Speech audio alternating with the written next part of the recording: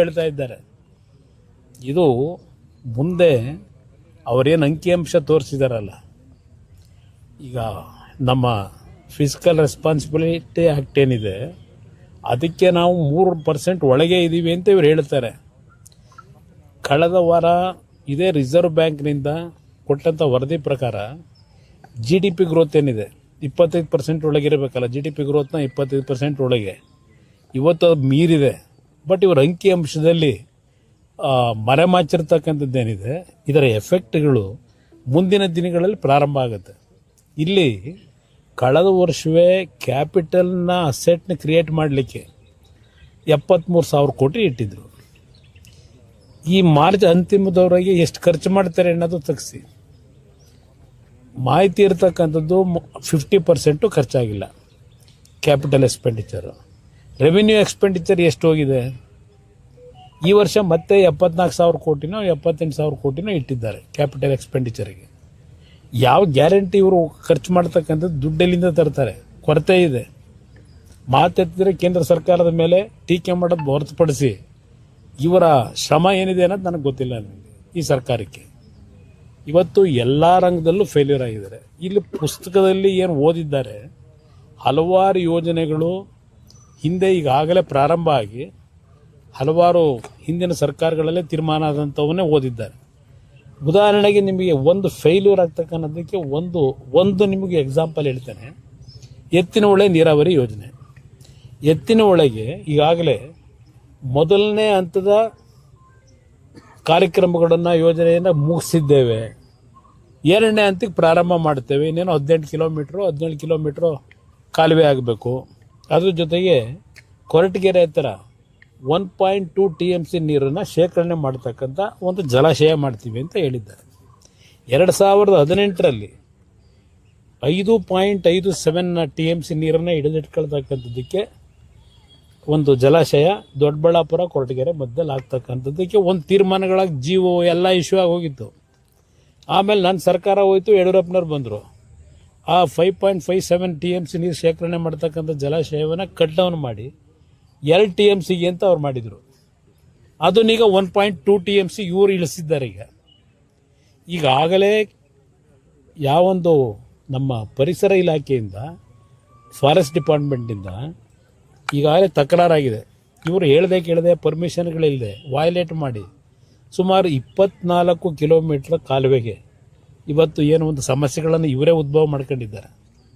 ಇದೆಲ್ಲ ಇದೆ. ಈಗ ನೀರನ್ನು ಹೇಳ್ತಾನೆ ಇದ್ದಾರೆ ಕಳೆದ 2 ವರ್ಷದಿಂದ, ಈ ಜೂನು ಕೊಡ್ತೀವಿ ಅಂತ ಹೇಳಿ.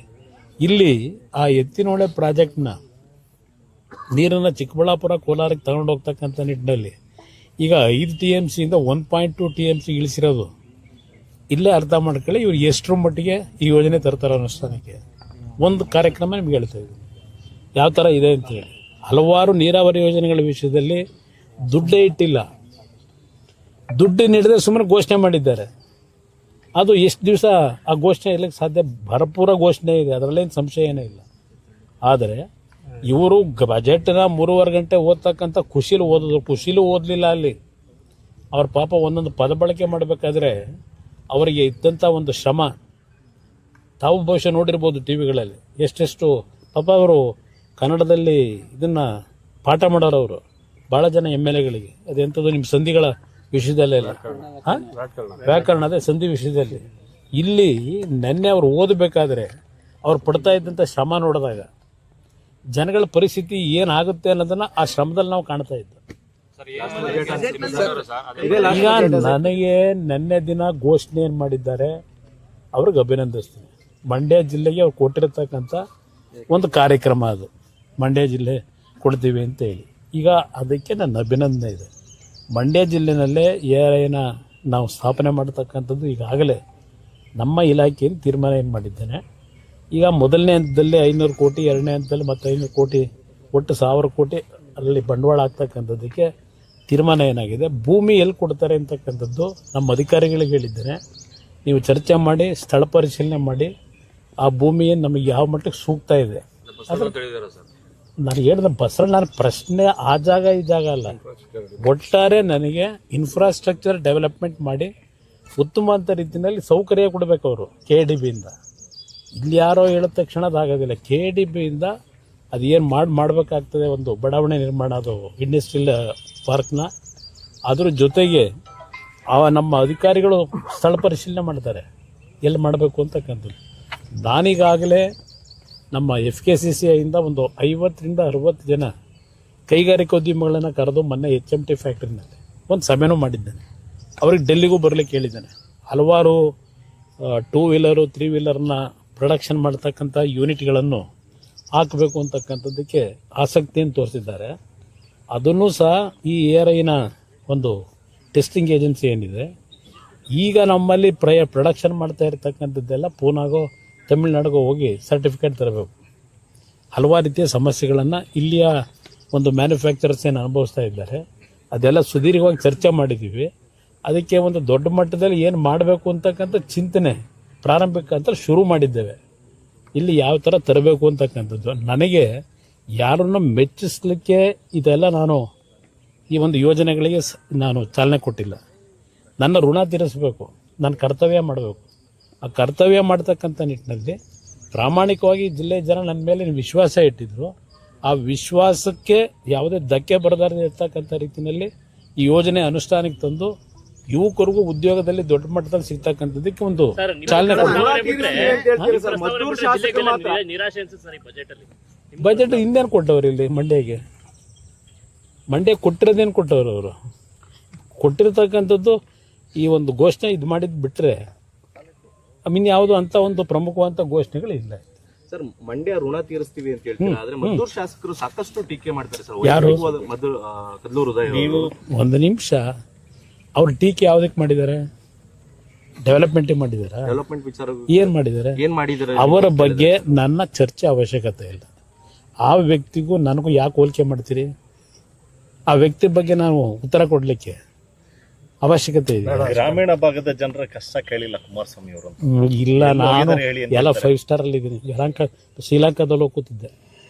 ಶ್ರೀಲಂಕಾದಲ್ಲಿ ಹೋಗಿ ಜಾಮೀನು ಪಡೆಯವರಿಗೆ ಕೂತಿದ್ದೆ ನಾನು. ಚರ್ಚೆ DK ಶಿವಕುಮಾರ್ ಅವರು CM ಆಗಬಾರ್ದು ಅಂತ ಕುಮಾರಸ್ವಾಮಿ ಅವರು ತಡಿತಾ ಇದ್ದಾರೆ. ಶಿವರಾಮಯ್ಯ ನಾನ್ ಹೆಂಗ್ ತಡೆಯಕ್ಕಾಗತ್ತಣ್ಣ? ಅವ್ರು ಸಿದ್ದರಾಮಯ್ಯರ ಜೊತೆ ಮಾತಾಡಕ್ ಹೇಳಿ ನನ್ ಕೇಳಿದ್ರೆ ನಾನೇನ್ ಹೇಳಿ? ನಾನ್ ಸಿದ್ದರಾಮಯ್ಯರಿಗೆ ಕಳೆದ ಒಂದು ವಾರದಿಂದ ಏನ್ ಹೇಳಿದ್ದೀನಿ? ಬಿಟ್ಕೊಡಪ್ಪ ಅಂತ ದಿನ ಹೇಳ್ತಾ ಇಲ್ವಾ? ಯಾಕೆ ತಲೆ ಕೆಡಿಸ್ಕೊಳ್ತಾರೆ? ಈಗ ಅಂತಾರಾಷ್ಟ್ರೀಯ ಮಟ್ಟದಲ್ಲಿ ನಡೀತಿರತಕ್ಕಂಥ ಬೆಳವಣಿಗೆಗಳು ನೀವು ನೋಡ್ತಾ ಇದ್ದೀರಿ. ಅದರ ಹಿನ್ನೆಲೆಯಲ್ಲಿ ಹಲವಾರು ರೀತಿಯಲ್ಲಿ ಹೊರೆ ಇರ್ತಕ್ಕಂಥದಕ್ಕೆ ತಯಾರಾಗಬೇಕಾಯ್ತು. ದಾಖಲೆ ಬಜೆಟ್ ಮಂಡಿಸಿದ್ದಾರೆ ಸರ್, 17ನೇ ಬಜೆಟ್ ಬಗ್ಗೆ. ದಾಖಲೆ ಬಜೆಟ್ಗೇನು ಅದರಲ್ಲೇನು ನೀವು ಇಲ್ಲ ಅಂತ ಹೇಳೇನು? ದಾಖಲೆ ಬಜೆಟ್ ಮಂಡನೆ ಮಾಡಿದ್ದಾರೆ. ಅದರ ಎಫೆಕ್ಟು ಈ ದಾಖಲೆ ಬಜೆಟ್ ಮುಂದಿನ ದಿನಗಳಲ್ಲಿ ಅದರ ಹೊಡೆತ ಜನಗಳ ಮೇಲೆ ಏನು ಬೀಳುತ್ತೆ ಅನ್ನೋದು ಈಗಾಗಲೇ ನಿನ್ನೆ ಹೇಳಿದ್ದಾರೆ. ಯಾವ ಮಟ್ಟದ ಪರಿಣಾಮ ಬೀರುತ್ತೆ, ದುಷ್ಪರಿಣಾಮ ಕಾದು ನೋಡಿದ್ರೆ ಗೊತ್ತಾಗುತ್ತೆ. ದುಷ್ಪರಿಣಾಮ ಅಂದರೆ ಈಗಾಗಲೇ ಹಲವಾರು ಎಕನಾಮಿಕ್ ಅಡ್ವೈಸರ್ಸು ಹೇಳ್ತಾ ಇದ್ದಾರೆ. ಇದು ಮುಂದೆ ಅವರೇನು ಅಂಕಿಅಂಶ ತೋರಿಸಿದಾರಲ್ಲ, ಈಗ ನಮ್ಮ ಫಿಸಿಕಲ್ ರೆಸ್ಪಾನ್ಸಿಬಿಲಿಟಿ ಆ್ಯಕ್ಟ್ ಏನಿದೆ ಅದಕ್ಕೆ ನಾವು 3% ಒಳಗೆ ಇದ್ದೀವಿ ಅಂತ ಇವ್ರು ಹೇಳ್ತಾರೆ. ಕಳೆದ ವಾರ ಇದೇ ರಿಸರ್ವ್ ಬ್ಯಾಂಕ್ನಿಂದ ಕೊಟ್ಟಂಥ ವರದಿ ಪ್ರಕಾರ